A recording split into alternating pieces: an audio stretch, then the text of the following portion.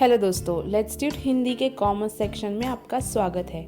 अगर आपने अब तक हमारे चैनल को सब्सक्राइब नहीं किया है तो अभी कर लीजिए और इन वीडियोस के अपडेट पाने के लिए बेल आइकन ज़रूर प्रेस करें। और हाँ, हमारे ये वीडियोस कोर्सेज फॉर्म में भी अवेलेबल है, तो आप उन्हें हमारी वेबसाइट www.letstut.com पर चेक कर सकते हैं। तो चलिए शुरू करते हैं आज के सेशन के साथ। हमारे पिछले सेशन में हमने ये डिफरेंट कॉन्सेप्ट्स यानी प्रिंसिपल्स देखे। अगर आपने वो मिस किए हैं तो आप उन्हें ज़रूर देख लीजिए। आज के सेशन में हम और दो अकाउंटिंग प्रिंसिपल्स के बारे में बात करेंगे। अब ये मेरे दोस्त पीटर के ग्रॉसरी बिजनेस का मंथ ऑफ ऑपरेशन है, दैट इज़ अक्टूबर। कुछ दिन पहले पीटर ने मुझसे कुछ क्वेश्चंस किए ट्रांजैक्शन को अकाउंटिंग बुक्स में रिकॉर्ड करने के रिलेटेड।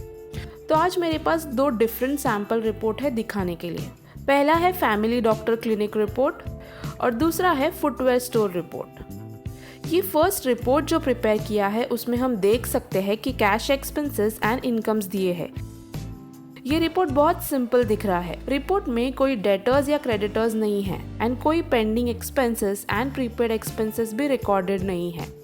ये पेंडिंग या प्रीपेड एक्सपेंसेस नॉर्मली आउटस्टैंडिंग या एडवांस वर्ड के साथ दिखते हैं, तो इसका मतलब हुआ कि उसने सिर्फ कैश ट्रांजैक्शन रिकॉर्ड किए हैं। ये तब होता है जब मनी बिजनेस में आता है या मनी बिजनेस से बाहर जाता है, तो ये वे में रिकॉर्ड तब मेंटेन कर सकते हैं जब कैश या मनी रिसीव होता है या पे होता है एंड इसको कैश बेसिस ऑफ अकाउंटिंग कहते हैं। नॉर्मली ये अकाउंटिंग स्मॉल बिजनेसेस यूज करती है जिनके बहुत कम ट्रांजैक्शंस होते हैं, या प्रोफेशनल्स यूज करते हैं जिनका नेचर ऑफ एक्टिविटीज ये अकाउंटिंग के लिए सूट होता है। ये अकाउंटिंग का मेन एडवांटेज ये है कि इसको वो लोग भी समझ सकते हैं जिनका थोड़ा या कुछ भी फाइनेंशियल या अकाउंटिंग बैकग्राउंड है, इसीलिए ये इजी और कॉस्ट इफेक्टिव मेथड है। पर इस सिस्टम में भी कुछ ड्रॉबैक्स है। क्या होगा अगर हमने एक मशीनरी का ऑर्डर दिया है एंड ये मशीनरी हमें रिसीव हुआ पर हमें 30 डेज का क्रेडिट पीरियड मिला पेमेंट के लिए। अगर हम कैश अकाउंटिंग सिस्टम को फॉलो करें तो हम मशीनरी को फिक्स्ड एसेट में शो नहीं कर सकते एज कैश पे नहीं किया है और हम कैश फ्यूचर में पे करने वाले हैं। इसीलिए ये हमें एसेट का इनकरेक्ट स्टेटस देगा और हमें ओड अमाउंट भी पता नहीं है। आज के ज़माने में majority business transaction no cash basis पर होते हैं। ये एक मेजर ड्रॉबैक है रिकॉर्ड्स को कैश बेसिस पर रखने का। चलो आपको एक और प्रॉब्लम बताते हैं जो ये अकाउंटिंग सिस्टम से होगा। इमेजिन करिए कि यहाँ दो सीन्स है। चलो हम इलेक्ट्रॉनिक बिजनेस के बारे में बात करते हैं। तो एक कस्टमर है जिसने एक टेलीविजन सेट परचेस किया है एक स्पेसिफाइड प्राइस में पोस्ट डेटेड चेक के थ्रू, जिसको 15 डेज लगेंगे क्लियर होने में एंड टेलीविजन सेट को भी 15 से 20 दिन लगेंगे डिलीवर करने में। अब ये लास्ट पीस बचा था वो टेलीविजन मॉडल का। वो टेलीविजन सेट को पैक कर दिया और साइड में डिलीवरी के लिए रख दिया। अब ये टीवी का सेल हो गया है, पर कैश बेसिस अकाउंटिंग के अकॉर्डिंग ये सेल को रिकॉर्ड नहीं कर सकते क्योंकि कैश या मनी कस्टमर से अभी तक रिसीव नहीं हुआ है। चलो अब दूसरा सीन देखते हैं। थोड़े दिन बाद एक और कस्टमर वो ही स्टोर में सेम टेलीविजन मॉडल के लिए आता है। अब वो मॉडल को ऑलरेडी सेल किया है फर्स्ट कस्टमर को फिजिकली और वो ऑलरेडी डिलीवरी स्टेज पर है, पर कोई रिकॉर्ड पेपर पर ना होने की वजह से वो शायद अवेलेबल शो कर रहा होगा और सेलर शायद सेम प्रोडक्ट को 2 बार सेल करने की मिस्टेक कर सकता है। अगर गुड्स को क्रेडिट बेसिस पर सेल किया पर अभी तक डिलीवर नहीं किया तो वो बुक्स में रिकॉर्ड नहीं हो सकता। इसका मतलब ये है कि ये अकाउंटिंग सिस्टम स्टॉक अवेलेबिलिटी का रॉन्ग स्टेटस शो करता है।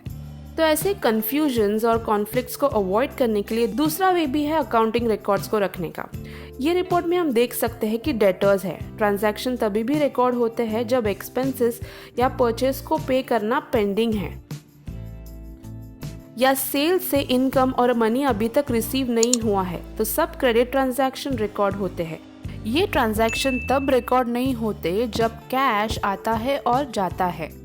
ये कॉन्सेप्ट जब हम ट्रांजैक्शन को अराइजिंग या अक्रूइंग पर रिकॉग्नाइज करते हैं उसको अक्रूअल बेसिस ऑफ अकाउंटिंग और द एक्रूअल कॉन्सेप्ट कहते हैं। तो अगर मेरे दोस्त पीटर ने गुड्स को परचेस किया है क्रेडिट पर 1000 में 15 अक्टूबर को एंड उसने गुड्स के लिए 5 नवंबर को पे किया है, तो ये अक्रूअल कॉन्सेप्ट के अकॉर्डिंग पीटर को कब परचेस रिकॉर्ड करना चाहिए? हाँ, 15 अक्टूबर को जब परचेस कंफर्म हुआ था। मेन डिफरेंस अक्रूवल और कैश बेसिस अकाउंटिंग के बीच ये है कि रेवेन्यू और एक्सपेंसेस कब रिकॉग्नाइज होता है अकाउंटिंग बुक में। ये डिफरेंस को क्लैरिफाई करने के लिए लेट्स से पीटर ने गुड्स सेल किए 2000 में कैश बेसिस के अकॉर्डिंग। वो अमाउंट तब तक रिकॉर्ड नहीं होगा जब तक कस्टमर मनी पे नहीं करता या चेक नहीं देता। अक्रूवल मेथड के अंदर 2000 इमीडिएटली रिकॉर्ड हो जाता है एज रेवेन्यू जब सेल कंफर्म हो जाता है, भले ही मनी कुछ दिन बाद या कुछ वीक्स बाद में मिले। एक्सपेंसेस के लिए भी सेम अप्लाई होता है। अगर आपको इलेक्ट्रिक बिल मिलता है 400 का अंडर कैश बेसिस, वो अमाउंट को आप रिकॉर्ड नहीं कर सकते जब तक आप एक्चुअल बिल पे नहीं करते। पर अक्रूवल मेथड के अकॉर्डिंग आप 400 एज एक्सपेंस रिकॉर्ड कर सकते हैं वो पीरियड में जिसमें एक्सपेंस रिलेटेड हो या जब आप सर्विस यूटिलाइज कर रहे हो। मोस्ट बिजनेसेस ये अक्रूवल अकाउंटिंग सिस्टम यूज करता है सो दैट उनको अपने बिजनेस का ट्रू एंड फेयर पिक्चर दिखे। पर कुछ कंट्रीज में लॉज है जो कहते हैं कि सर्टन बिजनेस टाइप्स को उनके रिकॉर्ड्स कैश बेसिस में रखना होगा, specifically professionals like CA, doctor, lawyer जो गुड्स के बाइंग एंड सेलिंग में डील नहीं करते। चलो एक छोटा एक्सरसाइज करते हैं। क्या आप मुझे बता सकते हैं कि कौन सी अकाउंटिंग सिस्टम यूज होगी ये सब केसेस में?